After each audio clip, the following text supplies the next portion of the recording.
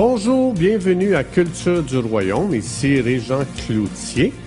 Notre vision est d'équiper notre génération à découvrir leur nouvelle identité afin que tous puissent expérimenter leur plein potentiel. Pour en savoir plus, visitez notre site internet à cultureduroyaume.com. Bonne écoute!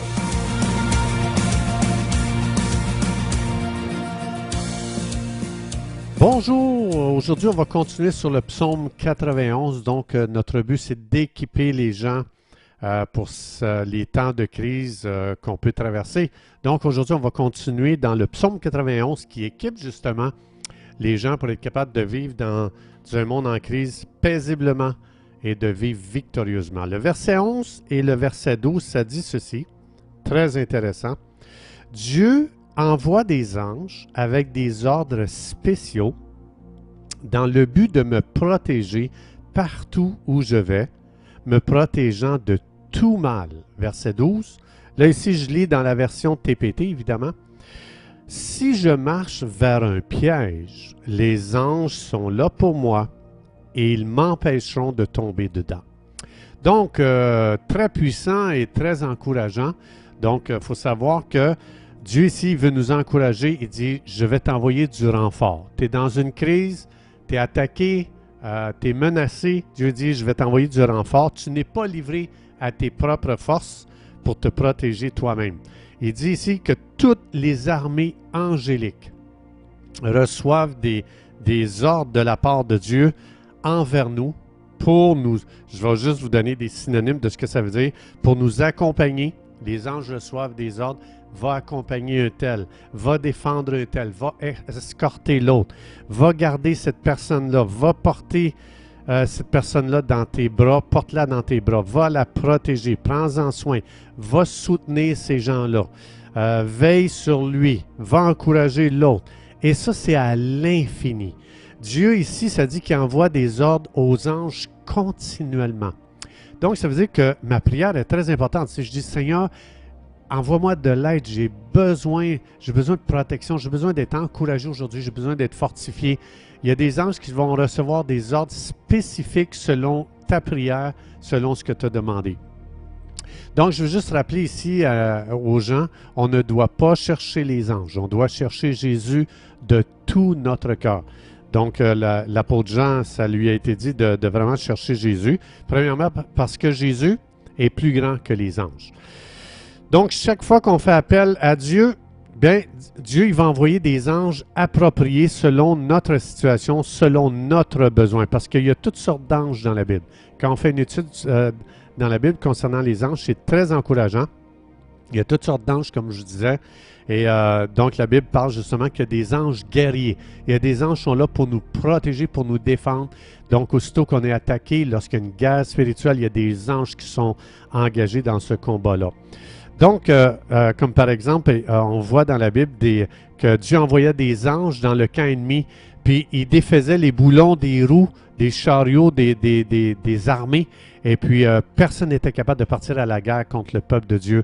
Donc, l'armée était paralysée. C'est super intéressant de lire ça. Ça en est même drôle. Donc, les anges, tu vois d'autres anges, comme par exemple dans le livre des Actes, il y a des anges qui vont conduire des hommes pour aller voir un apôtre, pour aller voir quelqu'un, pour entendre parler de l'Évangile, pour être sauvé. Il y a des anges qui travaillent très, très fort à conduire des gens pour aller vers vous, pour que vous puissiez leur annoncer l'Évangile, la bonne nouvelle. Donc, c'est pour ça que étudier le sujet dans la Bible concernant les anges, vous allez être très encouragé et vous ne vous sentirez plus jamais seul. Pourquoi? Parce que dans Hébreux 1,14, Dieu dit, il y a tellement d'anges qui sont là à ton service, qui sont là pour faire du ministère envers toi. Donc, sont là pour te servir. Super intéressant. Moi, j'ai lu un livre de M. Roland Bock. Donc, très intéressant. Ça s'appelle « Les anges en mission ». Puis quand tu lis ce genre de livre-là, ça t'ouvre les yeux pour que tu puisses voir qu'il y a tout un monde qui t'entoure, que tu es inconscient, mais qui reçoivent continuellement des ordres de la part du Saint-Esprit, parce qu'un tel a prié, l'autre, il cherche la face de Dieu, l'autre a besoin d'encouragement, l'autre a besoin d'être édifié, encouragé, relevé. Et présentement, je veux juste vous dire que face au virus, Il y a des armées angéliques que présentement, ils font du ministère en notre faveur. Ça, c'est important, c'est très encourageant de savoir ça. Ça fait qu'on ne se sent pas tout seul. Juste pour vous donner un exemple. Un seul ange que Dieu envoie en ma faveur. On voit ça ici dans 2 Rois, chapitre 19, verset 35. Ça dit ceci concernant un ange. Cette nuit-là, l'ange de l'Éternel sortit et frappa dans le camp des Assyriens 185 000 hommes. Un ange. Un ange a frappé 185 000 hommes. Et quand on se leva le matin, voici, c'étaient tous des corps morts.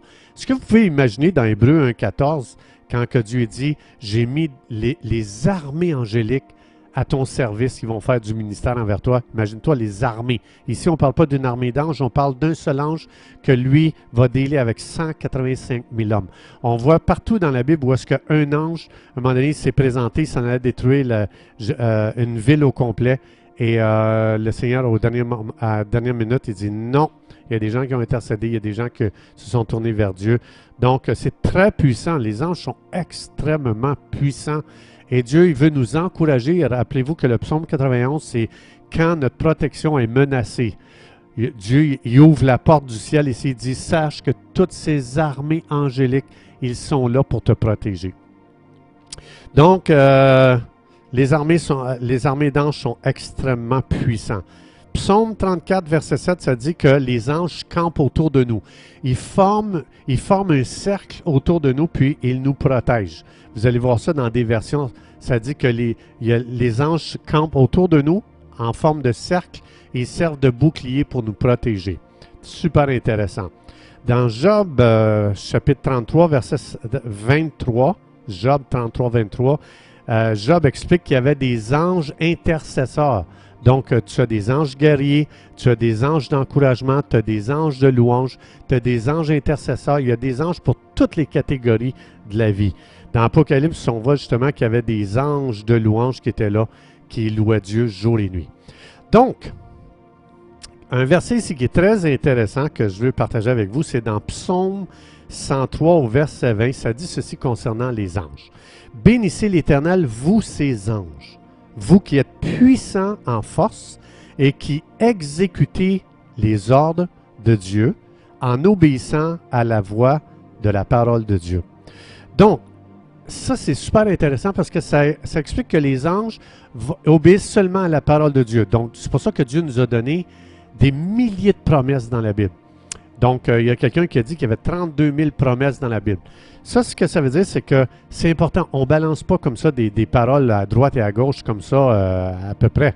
Donc, on est appelé, la Bible ne nous a pas été donnée pour vivre indépendamment de Dieu. Elle nous a été donnée pour connaître ce que Dieu veut faire avec nous, puis apprendre à connaître Dieu lui-même et expérimenter sa présence. Donc, c'est important pour vous et moi. On ne donne pas des ordres aux anges. C'est pas ça que le verset veut dire. Mais les anges savent que la Bible est écrite par Dieu, ce sont les paroles même de Dieu. Et vous et moi, quand on a une communion avec Dieu, on passe du temps dans sa présence, on le loue, on l'adore, on l'aime, on passe du temps intime avec Dieu.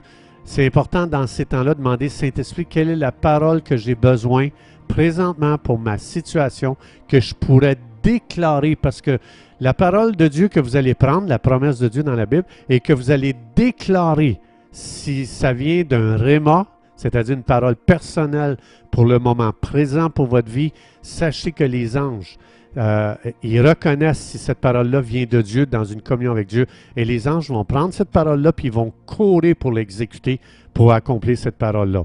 Donc, comme je vous disais, on ne donne pas des ordres aux anges, on ne s'adresse jamais à un ange. C'est pas à nous de donner des ordres aux anges. C'est Dieu, ça dit dans le psaume 91 qu'on a vu, c'est Dieu qui donne des ordres aux anges. Mais moi, je peux prendre une promesse et Dieu te promet telle chose, puis Seigneur, je présente cette promesse-là devant toi. Tu as promis que tu me protégerais. Puis Seigneur, je te demande de m'envoyer du renfort. J'ai vraiment besoin d'aide. Je suis découragé. Je ne sais plus quoi faire. Je suis au bout de moi-même. Je suis complètement perdu. Je n'ai plus de solution. J'ai besoin de ton aide. Je fais appel à toi, Seigneur. Puis Dieu, là, le Saint-Esprit, il prend cette parole-là, il envoie des signaux aux anges et les anges viennent à notre secours. Donc, c'est pour ça que les promesses de Dieu nous ont été données pour qu'elle soit utilisée dans une communion avec Dieu, pas indépendamment de Dieu. Si je n'ai pas de communion avec Dieu, je prends un verset, puis je balance ça, puis je pense que les anges vont se mettre à l'œuvre parce que j'ai balancé une parole. C'est pas comme ça que ça fonctionne. Bible et communion avec Dieu vont ensemble. Bible et vivre dans la présence de Dieu vont ensemble, et c'est là que les choses commencent à opérer d'une façon extraordinaire. Chers amis, merci d'avoir été des nôtres et à la prochaine.